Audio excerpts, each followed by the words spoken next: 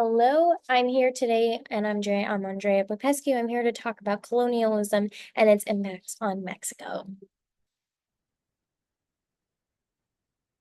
First, let's discuss what is colonialism. Colonialism is the practice of a developed country taking control of territories that may be underdeveloped for potential gain of some sort, whether that's monetary, political, cultural, the list may go on. The way this happens is a country will impede its governmental services on the underdeveloped country and then begin to extract any resources they find that will benefit them. From there, they will suppress the indigenous cultures and their languages, forcing them to use what is popular in their countries. Let's discuss Mexican history. So Mexican history stems back to various civilizations. For the purpose of this, I'll be speaking on the Aztec Empire. They were overtaken by Hernan Cortez in 1521. And when this happened, Hernan Cortez and the following colonial individuals from Spain introduced Catholicism and enforced them to follow Catholic understandings. They also forced them to switch their native language, which I won't try to botch and disrespect their culture, but they enforced them to start speaking Spanish instead of their native language. They also began to enforce certain expectations, societal norms, and all that kind of stuff that was previously done in Spain and Mexico. Overall, it was a suppression of all of their native cultures that were previously being used.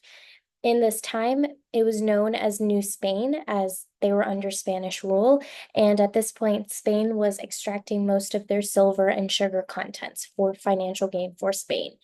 However, 300 years later, the Mexican War of Independence was fought. And after signing the treaty, Mexico finally gained back its independence. However, this came with struggles, and it was likely due to the fact that they had been under control for so long that they dealt with political instability, and then also a couple years later fought the US-Mexican War, where they lost Texas, California, and other territories to America. After this, in 1910 to about 1920, there was the Mexican Revolution, which caused for major changes in the societal and political aspects of the country, working to address workers' rights and inequality, and redistributing land ownership. Post-revolutionary time, they switched from a one-party state to what is now being used as a multi-party democracy.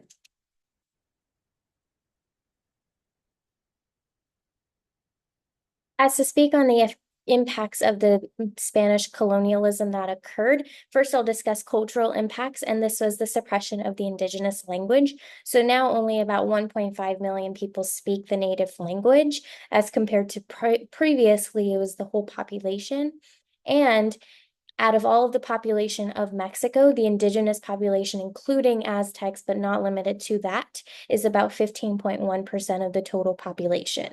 Nowadays, or as a result of the colonialism, there was racial mixing, and this continues to, even to this day, cause inequality because there's differing in Mexican skin color, and those who are lighter in skin likely get a little more privilege in Mexico than those that are darker. Socioeconomic impacts were an increase in slavery and an increase in extraction of silver and sugar. So this benefited Spain, but it did not benefit Mexico's economic status. This caused for continued rural poverty and segregation. So it went from it being indigenous slaves to those that are higher than them are the mixed ones, and then even higher were the purebred Spaniards.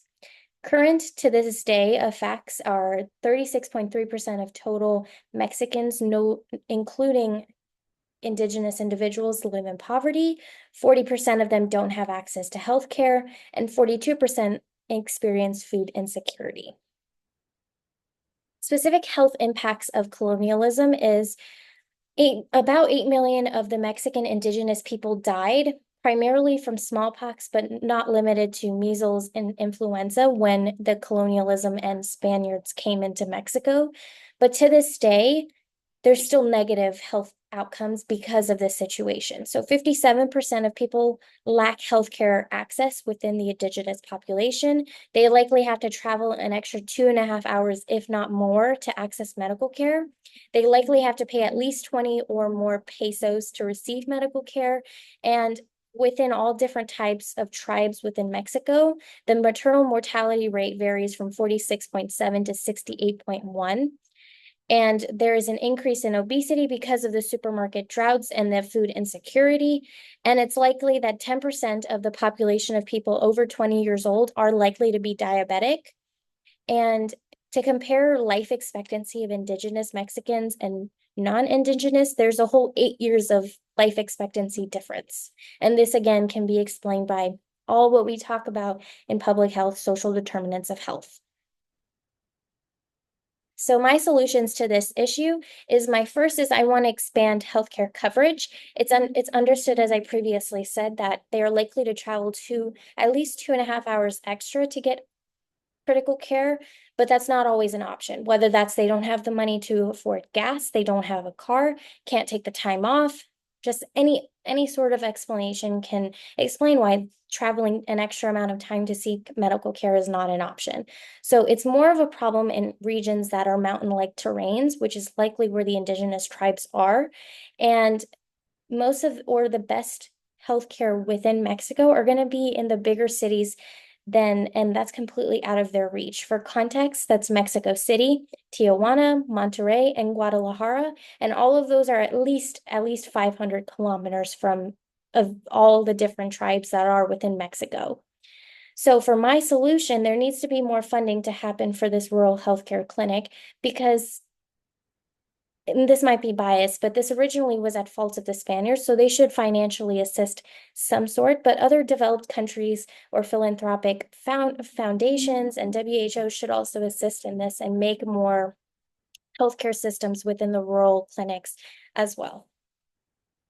My other solution is to improve cultural humility and competence within the Mexican healthcare system because for most of these tribes, they likely speak the native language. And it's seen that not many people, especially in healthcare, know their native language and they're being forced to speak Spanish, which isn't something that's normal for them. And they feel like to distrust their healthcare provider because it doesn't make them feel comfortable. So to combat this, I suggested that they provide interpreters because it's not currently being provided for those that need it.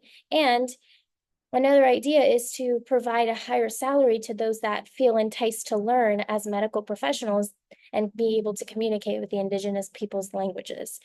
While most of them speak a specific language, there are other ones and I've listed them below. Another aspect to take into account is cultural competence.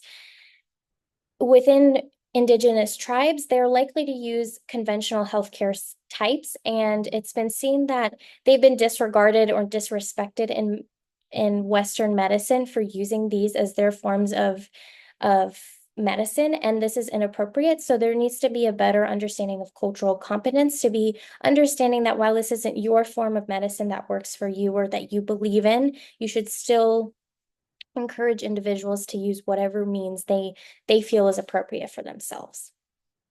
My last solution would be to improve and add more nutritional programs. As stated above, there is a significant amount of individuals with food insecurity, and as a result, this can explain a multitude of issues that continues to happen in the indigenous population of Mexico, whether that's they only are able to eat high processed foods, which then increases their risk for obesity, cardiovascular disease, diabetes type 2, certain cancers, the list goes on. And so what needs to be kept in mind is while they have all these programs like PAL or all these other food aid programs that are put in place similar to how it is in America, these are likely to not give them options for nutritious food. And what I think needs to be put more attention to is funding to provide that. And I just recently learned that back in the 60s in America, and this is kind of what my suggestion is, back in the 60s in America, they used to give food stamps where there was a food truck that would give you an X amount of coupons. So for my instance, I put 5 to 10 per person weekly. and it would provide healthy, nutritious meals rather than the way food stamps are here and in Mexico, where they're just given a debit card and are required to go and get whatever they feel is necessary.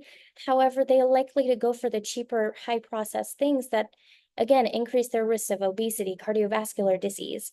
And that just seems like it's not really solving the issues that we're dealing with. So that is my last suggestion. Thanks so much.